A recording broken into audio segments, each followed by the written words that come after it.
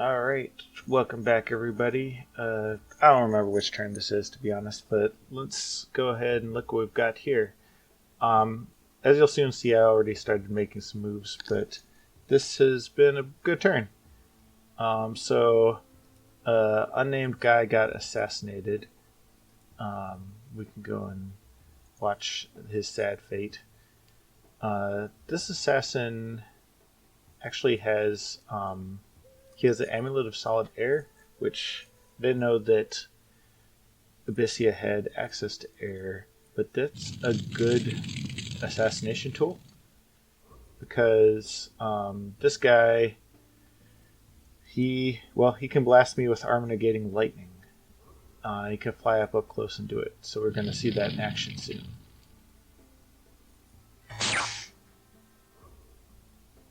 All right, and that's going to be the end of him. Yep. And then assassins coming for Ben Wyatt. So let's go ahead and see how Ben does. So Ben happened to have the water lens, and he put it to good use, making a fire element or a water elemental.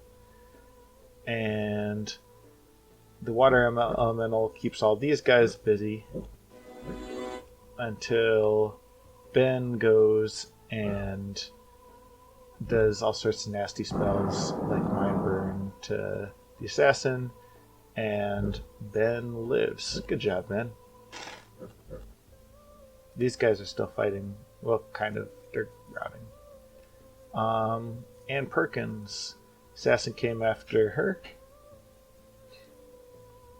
and she, with her cornucopia, cast Swarm, and that just wrecks all these guys because the assassin's a decent unit, but it can't stand up to 15 bugs plus and continuing to cast spells at them.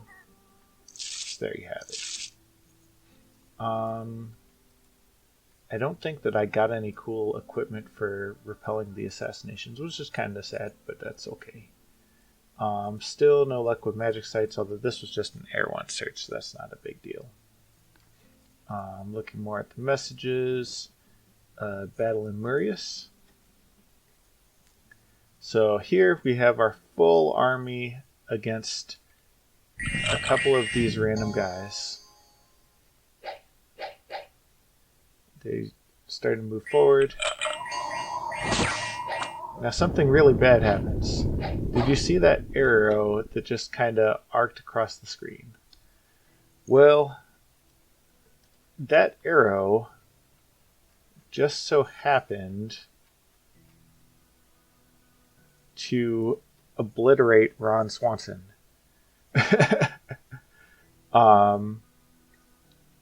So yeah, he rolled a 10 versus no armor on Ron, and that was the end of Ron. So that was a nasty setback. Ron was a good guy. We'll keep moving forward. So we've got a bunch of overkill-y stuff happening here, and we can go ahead and fast forward. Eventually, they get them. So the outcome of that was we lost some deers and some snakes and a Yaya, only killing Province Defense. Leslie picked up the cornucopia, so that wasn't all like it could have been worse, I guess, is what I'm getting at, but it still is annoying. I also realized that I forgot to rename some of these guys, which is a problem because I am running out of names.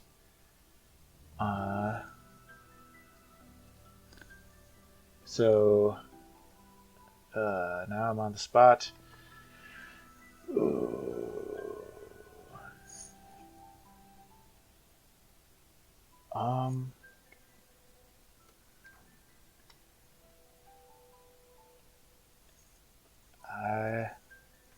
I'll figure this out later. Sorry to let you down.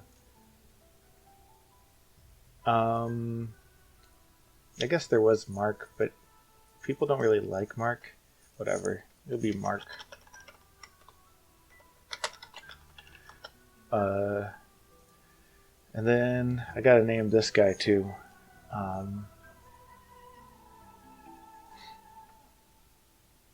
Alright. Well, we have an opening now. So he'll be Ron Reborn. I think Ron was one of my Foul Vapors casters, so I'm going to have to pass along that duty to someone else. And I don't need two guys casting Healing Rain.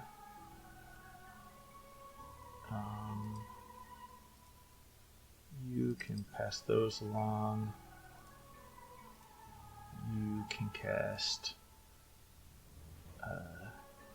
where's that thing that I am spamming the hell out of? Bone Melter, yeah. It's right there. I don't know why I didn't see it. Okay, you can see some of the spells. Lots of meteors going to be coming down. But I need to find someone to cast Foul Vapors. And I guess it will be Anne. Alright. Make it so. Which means that right after that, you can just continue to Bone Melt, which is something that you should be quite effective at. You can see also that I kind of distributed my bodyguards. This is just more assassin bait because I still have enough sacreds to form a nice line here. So all the other guys will just kind of bodyguard a bunch of these guys. Abyssia has to already be kind of concerned about their sacreds after, or their slayers after losing two of them. Especially since this turn we are moving into Two Woods. I'm guessing, like, Abyssia has kind of been trying to basically follow me and pick up the provinces that I snag. So my hope is that Abyssia sends out a delegation towards me and I obliterate the hell out of it. But we'll see what happens. These guys could potentially come my way. Let's continue with those messages. Roka. So over here, I've just got a small raiding party, and they do some small raiding. So we can go ahead and turbo through this. Some blessing, some lawn mowing, and they just won't be stopped. We got to watch a battle, Asphodel versus Abyssia, but as you can see, it's not a very exciting battle. Asphodel is my buddy, though, so I'll go ahead and get this going. So we've got the Soul Vortex. He's fully geared out. Plus, me having this on film means that if I ever need to remember what his bless is, which is just undead regen, all this other stuff, then I'll have that. You might be wondering how come his god has 3 death but has a bless, and the reason for that is because he died. He died during expansion and came back with 1 fewer death because that was the only thing he could lose. Which is unfortunate because 3 death is kind of a threshold. When you have 4 death, you can build a skull staff to get to 5 death to build a skull face to keep going. 3 death lets you summon a Mound Fiend, but that Mound Fiend also has 3 death, so you don't have a great way of breaking from 4 to 5, other than empowerment, which is ultra expensive. So, in any case, he's got plenty of gear. He is a bona fide super combatant. If I were to fight him, I would probably use magic and just spam magic spells until I got through his resistance. But fortunately for me, he's my ally. So yeah.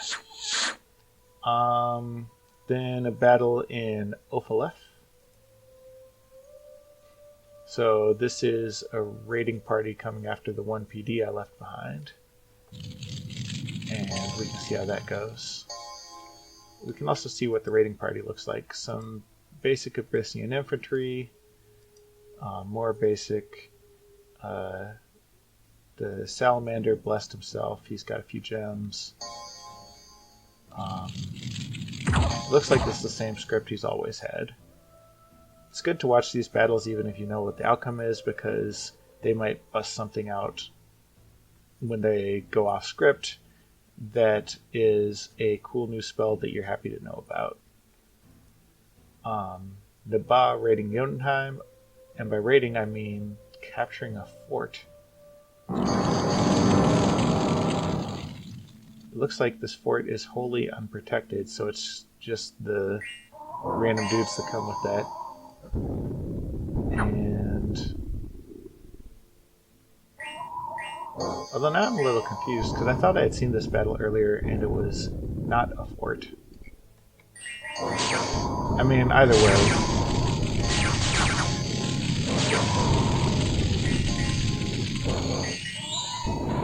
There's no defenders there. I think I had already seen Neba's Blessing. Yeah, I remember. So that's the end of that. Any consequences there? They killed a couple of their own. Yeah, so this doesn't look like a fort battle. I wonder if there was a bug. Well, I think that there was a bug. Alright, Dire Portent. Ariu has a global. Tianqi has a global. So let's see what those are in a second. Got some free gems from Mana from the Heavens. So that's paying off a bit. Very nice event in Runia. I don't actually care about the lab in that location. That's right here. It might be a nice place to cast some rituals from, I guess, but that was a good quantity of free gems. I'm never going to complain about that. And then 2 gold events, which I very much am happy to see. There's the global, another message for that. And I patrolled out one of Asphodel's scouts. Let's look at those globals. So now we've got, they already had Samhain, they just added Whispering Winds, which gives them a bit of free spawn in provinces that are not controlled by them, but are under their dominion. That doesn't apply to me because I've actually pushed out my dominion a bit, which is interesting since I only have 5 candles in my pretender design. But that was enough to push out, especially since I've got a decent amount of priests preaching because I'm trying to pop Mana from the Heavens. So like all these random provinces, well I guess not that one, but they've got a priest, they've got a priest, just trying to pump up growth scales, and if I get some free gems, then that's cool too. Anyway, globals, that's right. So they get some free spawn, the unrest reduction.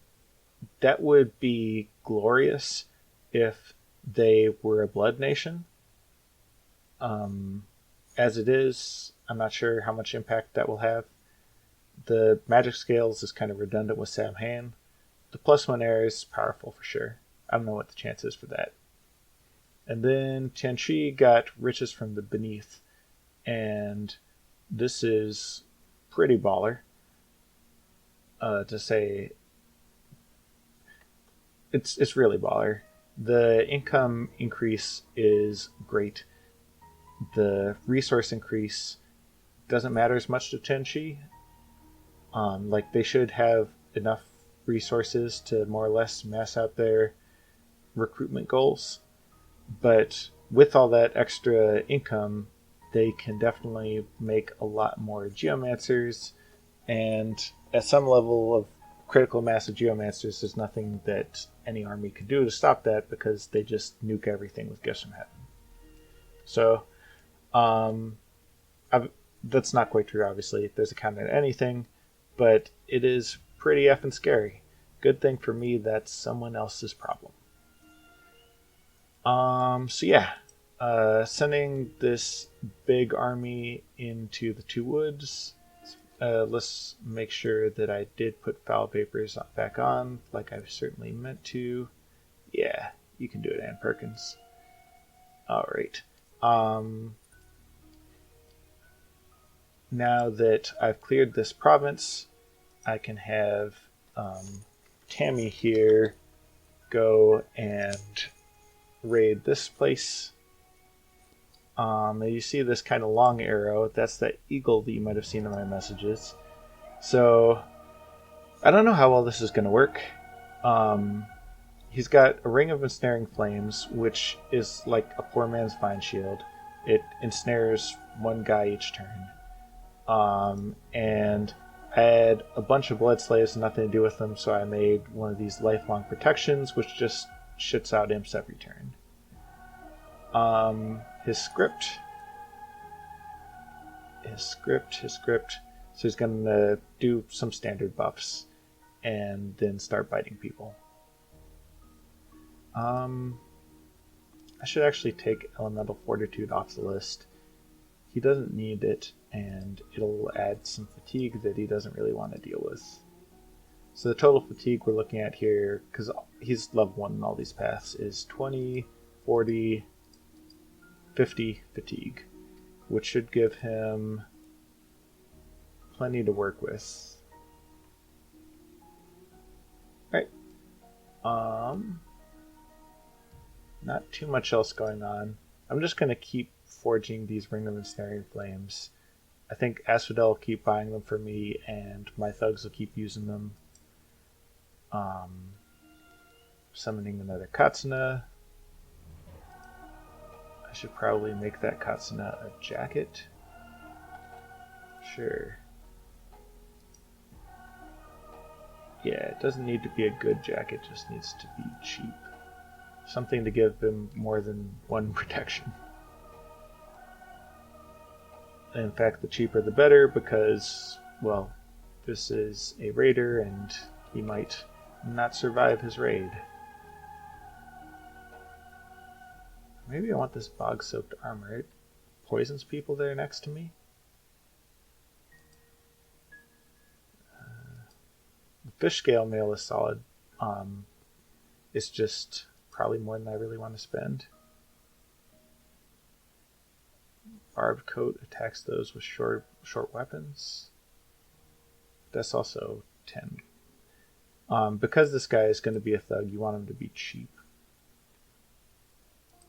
I'll stick with that plan for now, and I may change it, but this should be good. Alright, research. Wrapping up construction 5, moving into construction 6. Scouting. So I don't know who owns this fortification right now. Oh, it says owned by Nabaa. But okay, I'm very confused by that battle that we witnessed earlier. But I'll just keep poking around here.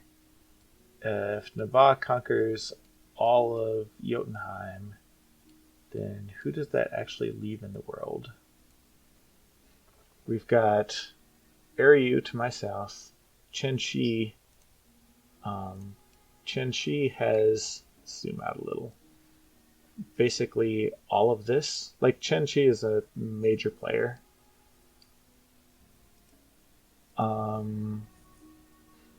Abyssia, you know about.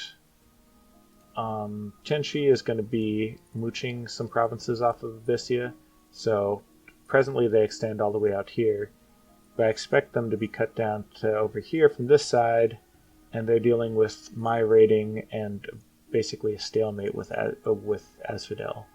So Abyssia is still fighting, which is a completely reasonable thing for them to do, but I don't think that they're going to hold up very long. There's me, so I guess right now I'm actually about the same size as Abyssia. Ariu is a little bit bigger, about 1.5 times probably as big as either of us. And then Satis is over here. So as you saw a couple turns ago, Satis is trying to get me to join them fighting Aryu because their only path to victory involves going through Aryu. It's not really feasible for them to go through the water to get somewhere. And I don't blame them for wanting an ally. So Aryu is probably going to actually get involved in the fighting with Abyssea because they see this fighting happening, and they have to know that time is not on Abyssea's side, is what I'm trying to say. Like, they might be able to hold out, but we've got the raiders, we've got the numbers, we've got the spells, and Abyssea is not in a position to get like blood economy and all those summons going because our raiders are flying all over the place and causing trouble. So then the goal would be cut Abyssea in half. This is something that I've already discussed with Asphodel. So basically, assuming that we can win this war, I would get this area, and Asphodel will get this area, and then, as best as you can in Dominions, be permanent allies.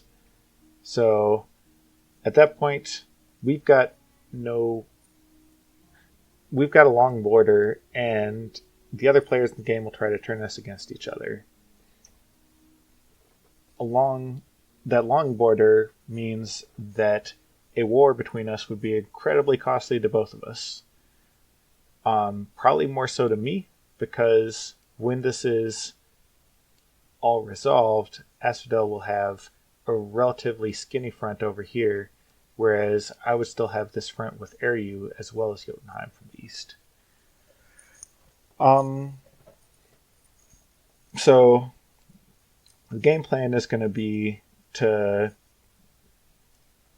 take over Abyssea and then ally with Satis against Aryu. If Satis does their part, then we can make some good progress there. Fighting Aryu was going to be suffering.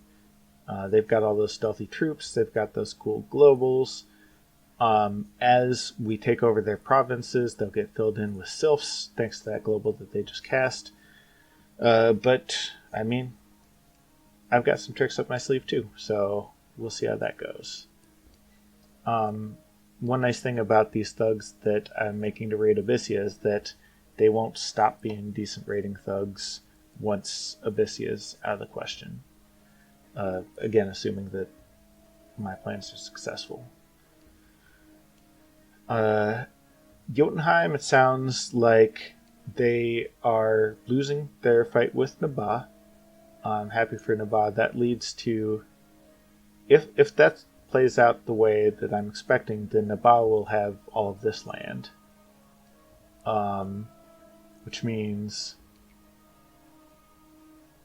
Nabah will have the choice to either try to go through this skinny passage to attack me or to attack Tianqi. And they're going to feel pressured to attack Tianqi because Tianqi has 4 thrones. And to win, you need at least 5, but more likely 7. So Tianqi can grab this throne. Asphodel will want it and has earned it, but Tianqi is in striking distance of it. At which point, and maybe they can grab this one. At which point they'll have potentially 5 thrones. And they'll have to figure out where their other couple thrones come from. On our mainland, I'm aiming to have 3 thrones. 1, 2, 3. I already discussed with Asphodel and basically traded him this forest for that throne. Forest very good for Asphodel. And this throne will kind of be the line, so I'm getting less territory, but that territory is including a throne.